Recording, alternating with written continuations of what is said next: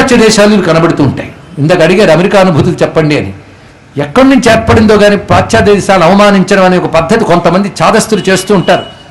కానీ ధర్మం ఎక్కడ కనబడినా గౌరవించాలండి.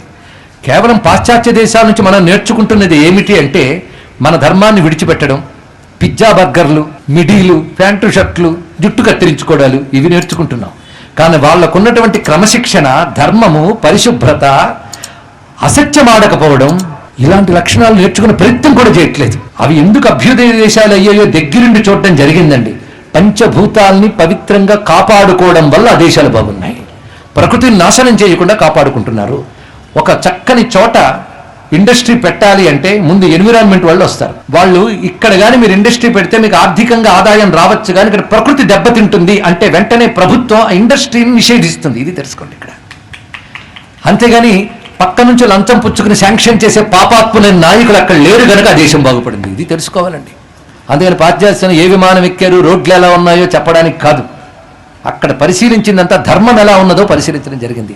వాళ్ళు పాటిస్తున్న ధర్మం, వాళ్ళు మన సంస్కృతికి చేతులెత్తి దండం పెట్టడం. కానీ వాళ్ళు వచ్చి ఈ దేశంలో వెతికితే ఈ సంస్కృతి కనబడట్లేదు. మీరు ఒక్కసారి ఆలోచించండి. ఇన్ని చదువుతున్నామే, 10 మంది నివసించే ఫ్యామిలీలు నివసించేటువంటి కుటుంబస్తులు నివసించే వీధుల్లో మద్య దుకాణాలు పెట్టిన ఈ దేశంలో భారతీయ సంస్కృతి కనబడుతుందా చెప్పండి. ఇక్కడ ఏమి చూసి గర్విస్తాం మనం చెప్పండి. ఇక్కడ ఎక్కడ పెడితే అక్కడ చెత్త పారేసే మన దగ్గర భారతీయ సంస్కృతి కనబడుతుంది.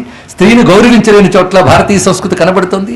నిత్యం వినోదము, మత్తు, వీటిలో తేలియాడుతూ బాధ్యతల్ని మర్చిపోయి బతుకుతున్న యువత ఉన్న చోట భారతీయ సంస్కృతి కనబడుతుంది. ఏమిటి భారతీయ సంస్కృతి? ఎవరు చూపిస్తున్నారు?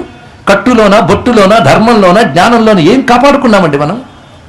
దేశాన్ని అంటున్నాం కాదు, దేశానికి అఖండమైన ప్రేమ కలిగిన వ్యక్తిగా చెప్తున్నాను.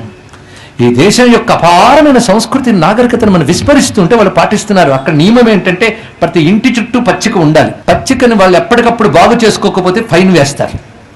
లంచమిస్తే వదిలేసే వాళ్ళు లేరు అక్కడ.